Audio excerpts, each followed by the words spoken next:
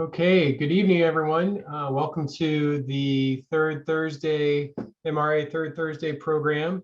Michael St. John is out enjoying the wilderness this evening, so I am your host this evening. My name is Doug McCall. I'm the MRA president, and tonight we have a great presentation by Moose Mutlow around the Family Liaison Officer.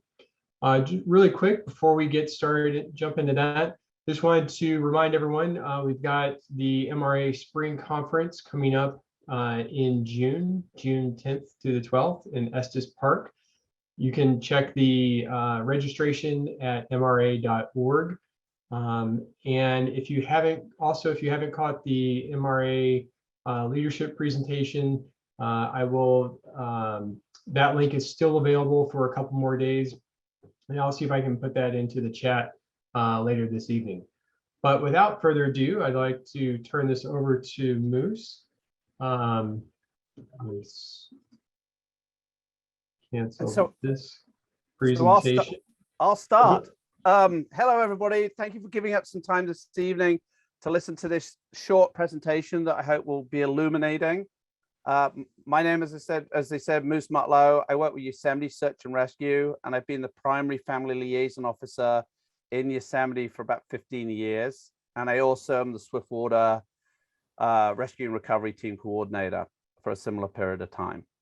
I'm going to do a quick overview, give you the introduction to some ideas, talk a little bit about the information that we share with families when we're doing searches and recoveries. Plant some ideas and seeds about things to think about within the role, and also open up to questions at the end, because I think there's a lot to be learned from your own individual experiences. If we go to the next slide. Just a heads up, we're going to be dealing with issues in and around death, and also a little bit about line of duty death. So if anybody finds themselves feeling uncomfortable, I encourage you to step aside, come off the presentation, make sure you phone up a friend or go and sit with a family member. Don't be alone with it, and look after yourself on an emotional and mental level. So let's go to the next slide, please. Hopefully some people got a chance to read the article that we had as a read ahead, which was the disappearance of Jacob Gray out on the Olympic Peninsula. For those of you who didn't get a chance to read, Jacob disappeared out on the Solduck River. His bike was spotted by rangers passing by, and over a number of hours and then days, there was a really involved search with not just multi-jurisdictional involvement, Forest Service, rangers, local search and rescue, but also his father, who got in a vehicle in Santa Cruz, put pedal to the metal and drove north as fast as possible and got up ultimately to the search area and then proceeded to start diving to the rivers looking for his son. So here's a chance for you to get on the chat, and Doug's going to do some fielding for me. Go to the next slide.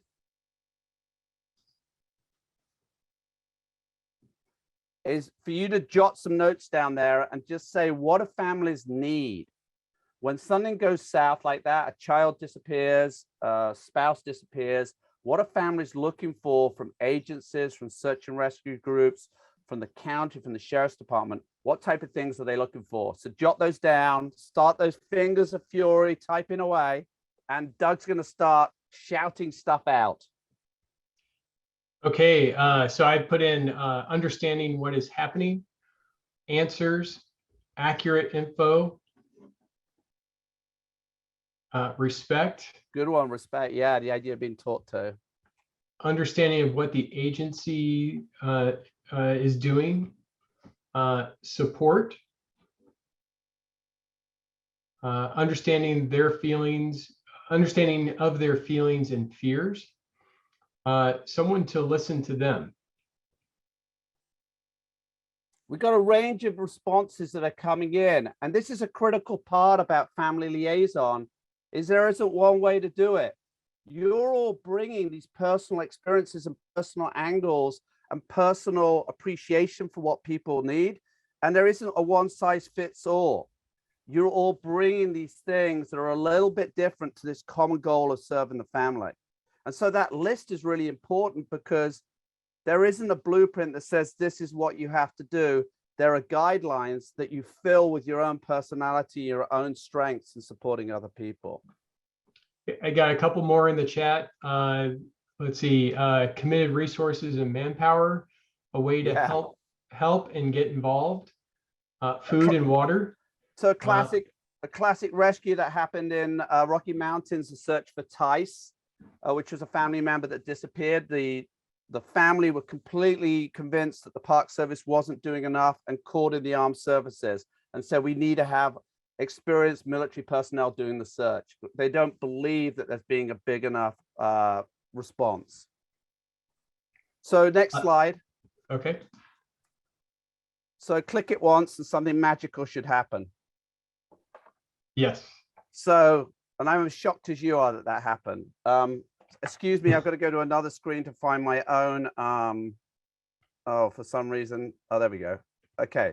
So I think what people are looking for, one of the things that people taught out was direction. They've had this horrible thing happen. They're sort of milling around a little bit confused, and they want to start getting some firm foundation from which to build on. And that's often direction, and direction comes from information. Next, click again. They need that balance of emotional support and practical support. It's a sort of double-sided brain piece. They want the assurance that everything's happening as much as possible, but they need the practical knowledge that we can't fly right now. It's nighttime or it's really bad weather. It's this sort of balance of holding the hand and listening, and then having this objectivity. And then the third one. For those of you who are unaware of English history, this is a very poor picture of King Canute. And King Canute was told by his courtiers that he could hold back the ocean by the force of his words. And he sort of had this impossible task. Families want the impossible to happen. They're coming in and they know the reality. Their child has gone off a 300-foot waterfall, and their brain kind of tells them it's unsurvivable, but their heart doesn't. And so the family liaison officer is that mix between rational thought and irrational thought. So balancing all of what they need, which is that direction, that emotional, practical balance, and sort of trying to figure out how to answer that the impossible isn't possible, is this bit the agency is faced with. So let's go to the next slide. And it's a really simple question. What governs the level of support families can get during and after an incident? So again, just start scribbling down. What are the things that the agency has to deal with in trying to figure out how they're going to respond? And I'm watching the bottom of my screen for comments right now.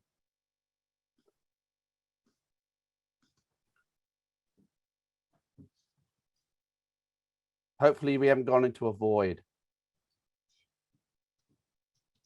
Legal issues, fantastic, yeah.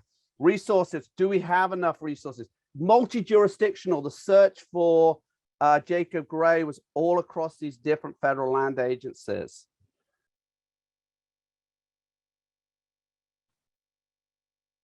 We got any more there, Doug? I might have missed some when I was rabbiting on there. Let's see, available personnel, resources, jurisdictions, that their needs dictate. So this, if you could sort of go to, can people see me on the screen right now? If you can see me on the screen, that would be very helpful. Come up where you can see my ugly mug. So families come in wanting this much. And actually what agencies can offer is this much. Families need a big capacity. We can offer limited capacity. And this limited capacity is under more pressure because it's in a smaller nozzle. Go to the next slide.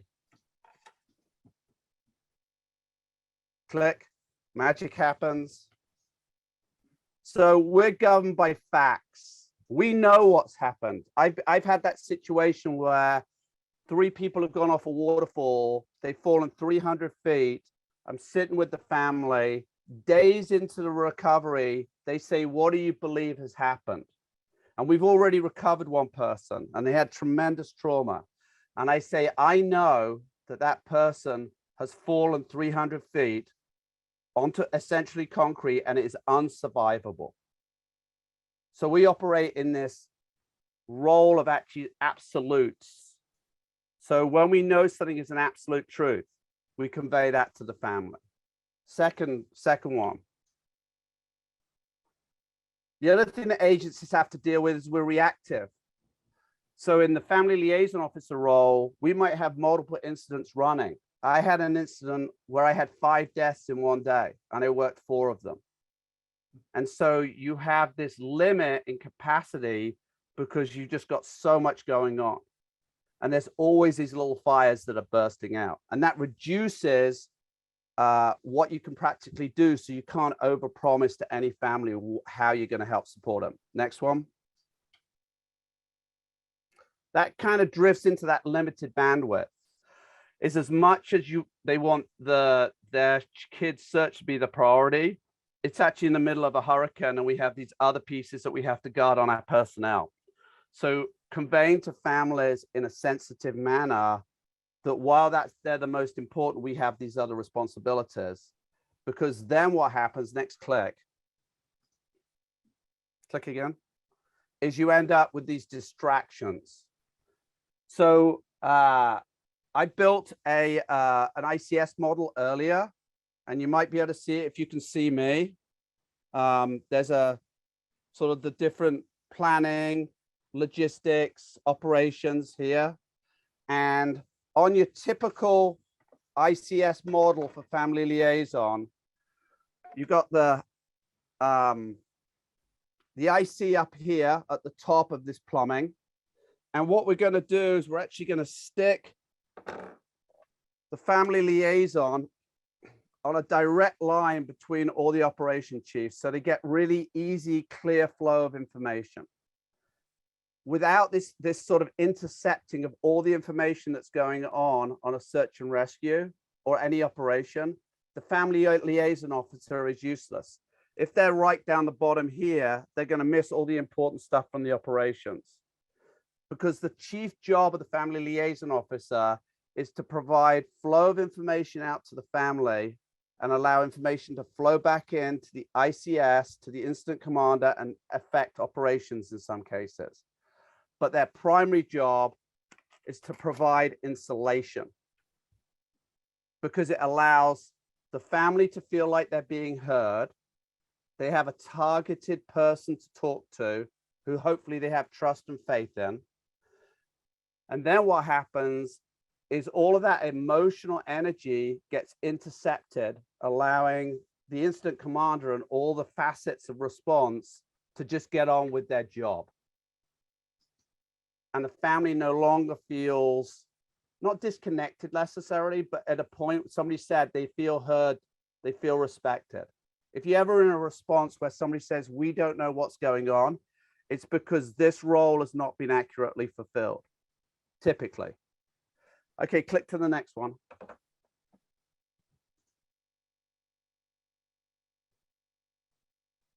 So the struggle with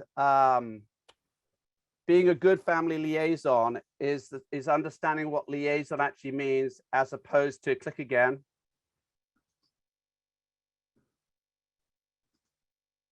Click the next word. There we go. As opposed to an advocate.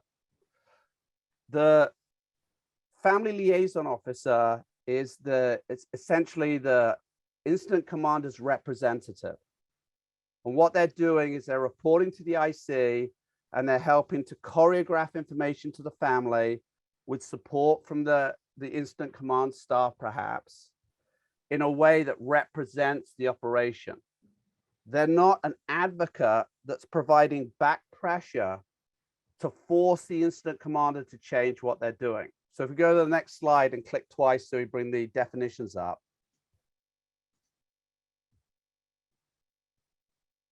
And one more time to bring up liaison. This is the key piece in doing a good job as the FLO. You're not pleading for the family. You're not on their side. You're a function of the operation. And advocacy is where it all goes wrong. And I've fallen into that trap as somebody who's had more than 60 fatalities I've dealt with, more than 100 family liaison operations. I've had situations where I have become emotionally affected and ended up drifting into the advocacy role and had to check myself, because you're there to help, you're there to plead, you're there, you want to do the right thing, but then you have to back off of that and come back in and understand it's just flow, it's just information, and you're giving it a compassionate objectivity to the family so they feel heard and respected. Those words again. Click again. So this is the classic incident commander sort of setup. You can see it gets a little convoluted with the PIO, the public information officer, and the liaison officer who might be working with our agencies. But this emphasizes that direct contact with the IC. And the clearest piece, as again to repeat, is to have insulation between the people doing a body recovery and just dealing with the mechanics of it, as opposed to having to deal with the family on site and deal with the emotional aspect of that. The family liaison is going to take that and divert it. They're going to actually be the cushion, the insulation. I'm just looking at my note here. The family liaison officer ultimately is going to be creating the narrative that perpetuates facts. So a good example is this. I've had families say, did they suffer? I don't know, I wasn't there. So I can say, well, I know they weren't alone, and I know that people said their name and held their hand. And that's what I had to say to a mom when her son died during the fall, and we tried to bring him back and we failed. Families want to hear that their kid was not alone. They want to hear that we've done everything we can, and so I can lay all those pieces out. But what I'm not going to do is drift into being on their side again and drifting into that advocacy role and bullying the family's need over what we can actually do. And I got the next slide. Go to this. Is a really good example of when I say compassionate objectivity. Is this is a really key piece. The idea that if you look at everything through your own lens and personal experience, you have bias, and that bias won't necessarily add to the mission.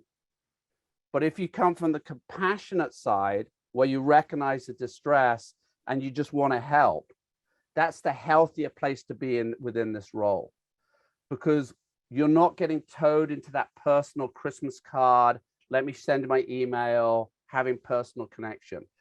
This is about essentially a compassionate business relationship.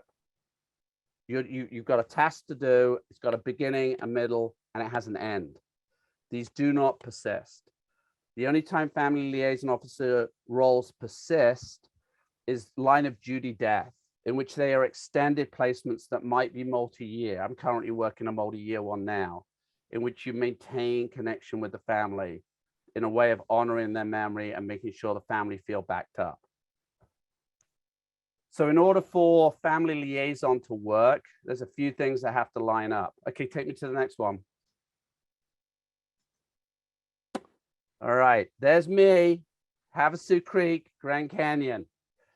So you've got to know yourself. You've got to know that you're in a position to walk into an emotionally charged atmosphere and not deny your emotion, but definitely be in a position where you could own it and function. So for me, when I'm going to take on a mission, I want to know what the mission is. I don't do great with kids, little kids. That's a struggle for me. I'm much better with adults or people who've had climbing accidents, all those sort of things I'm okay with, but little kids, I can't take that mission. I've got to know that I'm in the right framework to do it. So when I walk into the room and I look at this grieving mom, I say, hi, my name is Moose Mutler. I'm with Yosemite Search and Rescue. I'm your family liaison officer. I'm so sorry to be meeting you under these circumstances.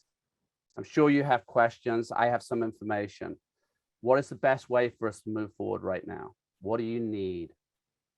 So you've got that 15-second pat down that comes out really slick and it's clear and it's binary choices. It's not complex. You're not falling over ers and ums. You're on top of your game when you take on a family liaison job. You are not ever going to be, I got a cold this morning, I might have COVID. Yeah, I'll take on that horrible death that happened on El Cap. The next thing you need to make sure for the FLO to work, click,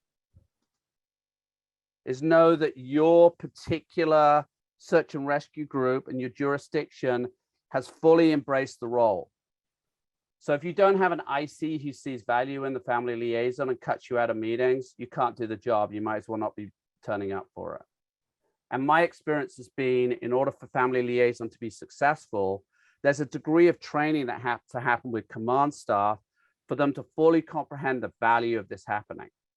And in Yosemite, our culture now is we get called almost immediately on a death or a traumatic incident that's playing out in the backcountry, because the IC wants the backup of the experience of the family liaison to help buffer the operation and make sure that the family is getting exactly what they need at the right time. Click again. If you haven't seen this picture, it's kind of fantastic. It's a guy who fell off Solduck Falls up in the Olympic National Park, and he's self-rescuing with a penknife and a really sophisticated koala bear hug of this icy log. I show this up there because the FLO is a specialist role. It's a role where you need to understand the sort of mechanics of search and rescue, or the missions that you're carrying out in recovery and rescue. We would get doctors in place to do medicine. We get rigging specialists in place to do rigging. We click again. In other jurisdictions, family liaison officers give public statements on behalf of the family. So they'll actually be the public face of, particularly in Britain, around murder or car accidents. The family liaison officer is typically some sort of police officer who has that command presence and the seniority to really be that public face. And if you have all these things lined up, the idea of you're in the right place, the team understands what you're going to do, you've got the necessary specialist information to be able to fulfill the role, the next thing that you need is information. Click. So my background, I've worked search and rescue for a long time as an outdoor guide with Outward Bound around the world for more than a decade. As we all know, being in the outdoors, we've all been exposed to blisters and then twisted ankles and then a nasty break, and then you may well have been around fatalities. All of those experiences build into you being useful as a family liaison. And for a long time, family liaison was a default position for a spouse, perhaps, who maybe was a good listener, but they didn't really understand search and rescue. And as a result, they always had to farm out that expertise to bring it in, and it undermined their credibility with the family. So anytime you can bring in a knowledge base that understands grid searches or understands the length of time it takes to get from A to B, or for me, working in and around water, the issues of water recovery, that all produces a much more credible place to build that relationship of sharing information in that compassionate, objective manner, but to the point of a single truth. They trust what you're saying. So for me, when I go out on a mission, I generally get a phone call and I'll get a very brief note from an IC about what's going on. So let's go to the next slide. So you might have to squint a little bit on this one. This is actually the notes from the Otterina Bonaventura disappearance, which was quite a long time ago. I was a family liaison on this one for nearly 5 days. It was an 8-year-old that disappeared in the backcountry. And you go off very little information quite often on your assignment. And I was pretty much told that she'd walked off the map. We had 3 friends with her who didn't understand where she'd gone. We have family coming in. So I have 3 family members flying in. And I turn up and start sleeping in the dirt for 5 days, trying to figure out how best to support this disparate group.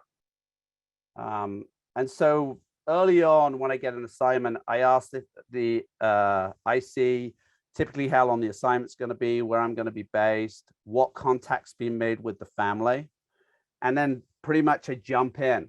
And I want a timeline of what's happened. I want to know what our latest plans are on the ground. And I also want to know what's happening. Like if we're on the middle of a recovery and we're going to bring the body back in 2 hours, I want to know the mortuary service that we're going to use and which coroner the body's going to fall under, whose jurisdiction. If I'm go to the next slide. If I'm going on the phone, it's a little bit more involved. Over COVID, I did a lot more online and over the phone than I've done in the past. People just weren't traveling as much. And one of the lessons I learned real quick was any phone call with news of this sort of scale, you need to control where people are at. It's not something that they need to get on their cell phone while they're driving downtown Atlanta at 60 miles an hour on a Friday evening at 9 o'clock. So I'll often figure out if people are stable, when they're going to be stable, and then really stick to clear guidelines about when I'm going to be talking to them, how I'm going to be talking to them. So if we go to the next slide, this is a script from a meeting on the Bonaventura recovery. Well, at rescue at the time, it ultimately turned into a recovery. And this is what I've laid out as far as my guideline for how I'm going to talk with the family. And it's super simple. Because during the trauma of the search, families, if you give complicated overviews without their permission, they won't process it. So it needs to be, again, binary choices, yeses and nos.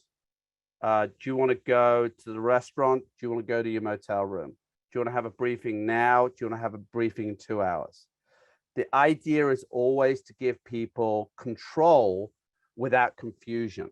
So in this, you can see there are questions being asked. What did I say yesterday? What are they taking on board? What are the questions they've got? And it finishes off with the idea, when's the next call going to happen?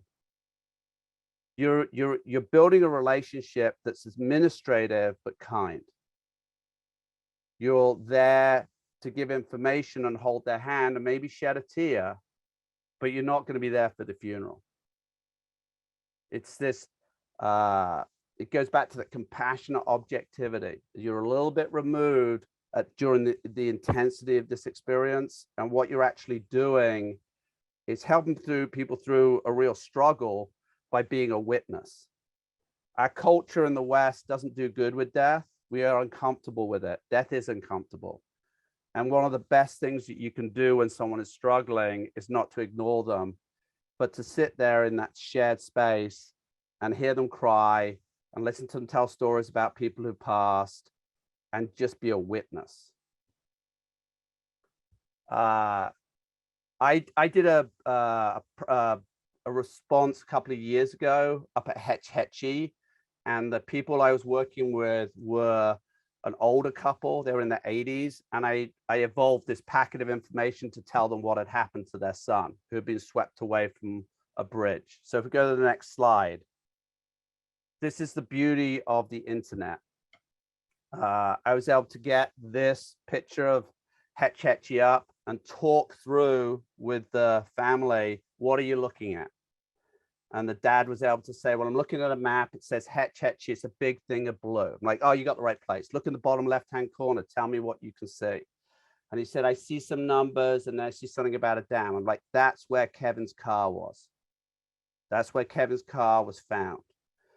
Can you see a trail that goes around the top end of the lake? Yeah, it goes up and it goes along and it finishes at a yellow dot. Can you see the yellow dot? I can see the yellow dot. What's the name of the waterfall above it? Wapaima Waterfall. Go to the next slide. This is Wapaima Fall. This is the beauty of technology, because these people who are distant, who have no idea the landscape that they're dealing with, are suddenly taken to that spot in real time. So I talk about, this is the waterfall 2 days after Kevin was swept off the bridge. And they had hoped that he would have fallen in the creek and washed into the lake, and he was just on the shore waiting to be helped. Next slide. When I showed them this image, the dad sort of paused for a moment and said, that's unsurvivable. And in their own mind, they got to that place that they needed to get to, that falling off this bridge in this incredibly fierce white water and dangerous talus. It's an unsurvivable bit. The message is being conveyed in a respectful manner, but in a real manner. And the next slide, before we click on this, you can see on the left side that the handrail has disappeared. And I talked through with the family that what we're looking at is something that broke, the force of the water broke those big wooden handrails apart. And that's basically shows you how high the water was and how fierce it was on that day. And that's the thing that washed Kevin away. And if you click it now, it should play a real short video.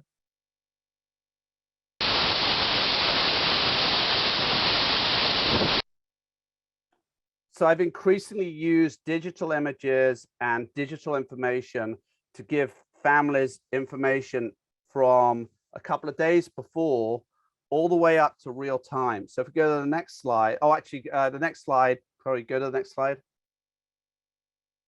So next slide, this is really small and I apologize. It's basically a note that says, we're going to keep looking for your loved one. They've disappeared. I'm so sorry about that. Thank you for sending me information about their obituary, and we haven't forgotten about you. The family liaison may taper out and work with the investigator, but they may be the most human person to do that sort of communication with.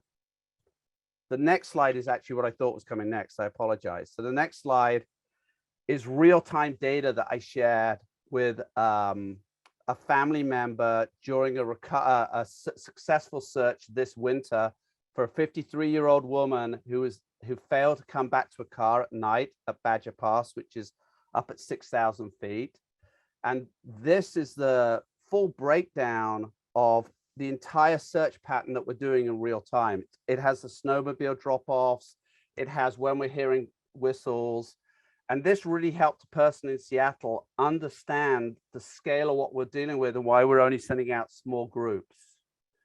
This was great because just after sharing this information, we found her and she was doing a self-rescue. She got inside a tree trunk the night before, covered herself with limbs, and she'd done everything right to self-rescue and just happened to bump into the rescuers on the way out. But a learning for me with this sophisticated map was I said to the daughter, I have a map that I can share with you. Is that something that you can do now?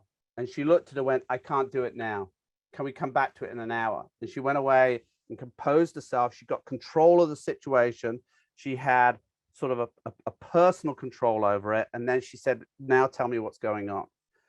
All the time, that subtlety of giving people control and some modicum of, okay, in this craziness, something's actually working is really important as you go forward. If it's a tragic outcome or you need more help from them. And that next one. Next slide. This isn't private talk. I've been in situations where family have divulged stuff that's criminal, and I've had to turn around and say, hey, just a heads up, just a reminder, this isn't sitting in confessional and you just talking away and me respecting it on a legal grounds. I'm an agent of the IC and I need to convey that information over.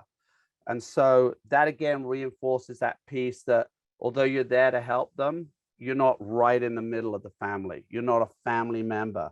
And in the intensity of the experience, it's not unusual for you to be drawn in because there is so much happening as far as your acceleration of knowing what this person is.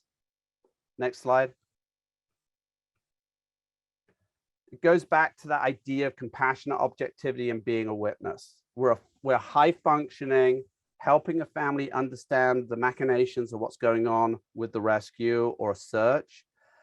We're witnessing them in their lowest point and encouraging them to reach out to family members. But the reality is, next one,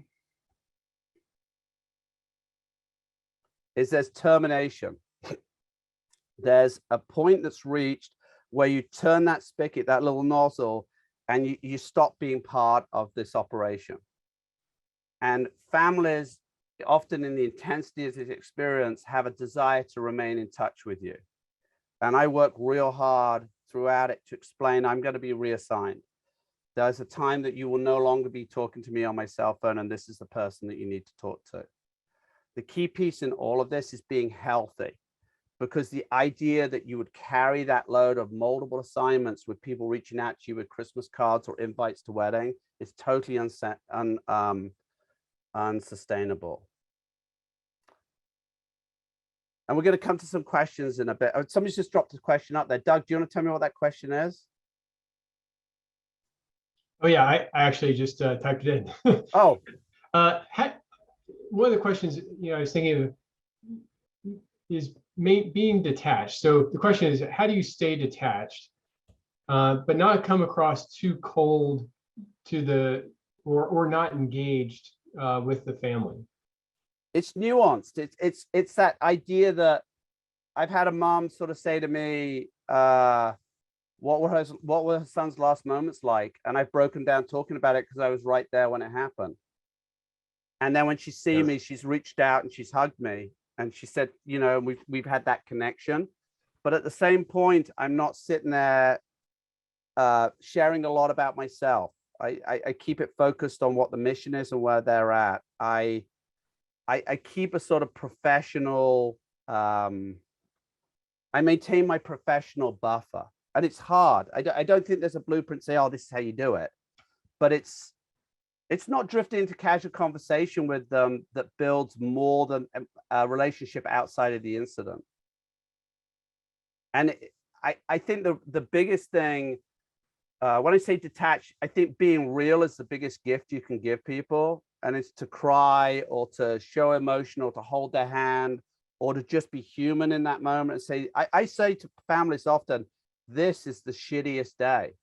And I've had dads who've lost their son look at me and go, it is the shittiest day. And just be like, yeah, just start terms. But I don't have a magic formula for saying this is the way to do it. There's a lot of intuitive pieces here that go on that I haven't figured out how to articulate, and I haven't been able to drill down on other family liaison officers who can say, oh, this is what I absolutely do. Got it. But in all of this, go to the next slide, is the responder stress continuum has saved my life. Like I've gone loopy because you deal with this just massively emotive world, and then one day you just break. And I broke in June of last year, and what brought me back was this thing, because my wife looked at it and was like, oh, you're critical, you're really messed up, what's your green way out of this? And it's being on the water for me. And she charted this course out, because this is not a position for somebody who's judgmental or self-serving or is somebody who likes to just be in the IC and they've sort of drifted into this role and it's like a casual thing. This is all or nothing, because to do it at a high enough level where families get enough out of it, it is a lot about focusing beyond yourself to other people and to accept where people are at, not tolerate, accept, and then be able to step back and find a way to healthily process the horror of that. And I do a lot of processing with my sort of cadre of family liaison officers. I do a lot of processing with my family, and I have a lot of healthy activities that are physical. But the beauty of this is that when you do it right, it helps a family at their most crucial point when they feel helpless. And it reaches beyond the immediacy of that horror and helps sort of shine a light beyond. It starts them on that journey, not necessarily to healing, that's presumptive, but it starts them on the journey that is incremental steps. And it gets them to the next point of being with the one they loved, and maybe to the funeral, and maybe to the 6 months, and maybe the year anniversary. You play a critical part, because if you treat people with respect at that moment and they don't feel alone and they don't feel shunned, they're in a much healthier place because they feel part of something in a community. And that is the service you provide as a family liaison officer. That is the beauty. Next slide. So I've got some stuff up here. HBO's The Investigation, I recommend to people. It's a drama about a horrible crime in Denmark. It isn't like gory or anything, but the character who plays the main cop in it does the most amazing dramatic representation of interacting with a family affected by trauma and traumatic crime. I've got resources up on my Facebook page. I love the stress continuum. You're probably all bored silly about it. That thing saved my life. There's no other way to say it. It's awesome. I've got a website and I'm on Insta. And now I'll take questions, if there are any. I apologize, I'm at 43 minutes. I said I'd be 30, but hopefully it's useful. That's fantastic.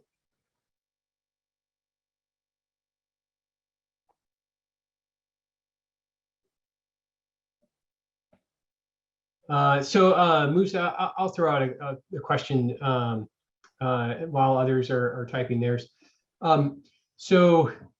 Just one mission that sticks out in my head is there's two hikers, two best friends, both in the military. We're hiking. One fell off, pretty far in the backcountry, fell off kind of a cliff into a water, ended up drowning, and then we got called in, and our mission tasking was to go get the RP, the guy, the best friend who called, and bring him out that night. And then the helicopter dive team would come in the next day and recover the body. It took us a while to get in. What we didn't realize at the time, we didn't know that these guys were both military, and that that he was not going to leave his buddy behind. And so we ended up spending the night with this gentleman, and due to some fog issues and weather, the helicopter wasn't able to get in until later, much later in the afternoon. And so the challenges I guess we had is, I guess suddenly we're both rescuers, but also family, or a liaison, family liaison of, we were trying to stay with the guy, tell him what's happening, but also give him some space. Where I was struggling a little bit was there was a lot of like small talk of, that we had, because we were just sitting there for several hours. And I just kind of ran out of things to do. Where do we kind of go from there? You rediscover silence. Yeah. In a busy world in which people sit there with their computers and they're zapping away, I have people like Instagramming horror and what have you, and I just encourage them. I say, hey, one of the things that's happening right now, this is clearly an intense experience, and you have choices. And it's okay if you want to just sit in silence. If you want to put stuff away, it's all okay. You don't have to say anything at all. And I think being witness is also just sitting in silence. And it might be sitting next to someone looking at the same view. It might be simply sharing a hot drink and not saying anything about it. Small talk is a distraction in grief. Processing happens verbally, and it happens in silence. And so I'll sit in a meeting and I'll be silent for an hour and a half because the family is choosing not to speak. They don't need to hear my voice. And so rediscover the power of silence. Often we feel silence because we're uncomfortable. And that's where you have to be comfortable with death as a family liaison, in that it is uncomfortable, and you let silence do its job. That's great. Yeah, that's awesome. So what else we got? We got any other questions? Yeah, Meredith and Ron Martin have a question. Does the family liaison offer also gather info from the family, i.e. to help with the search? So yeah, you can be tasked with some of that. But you're the representative, so you're not the investigator. So for me, you got to fight really hard not to be the CSI person. And so what I'll do is I'll say, oh, you got some really interesting information, and I'll look at the IC board and I'll see if there's an investigator or if the IC is available. and then I'll bring them in and I choreograph that information share at that point.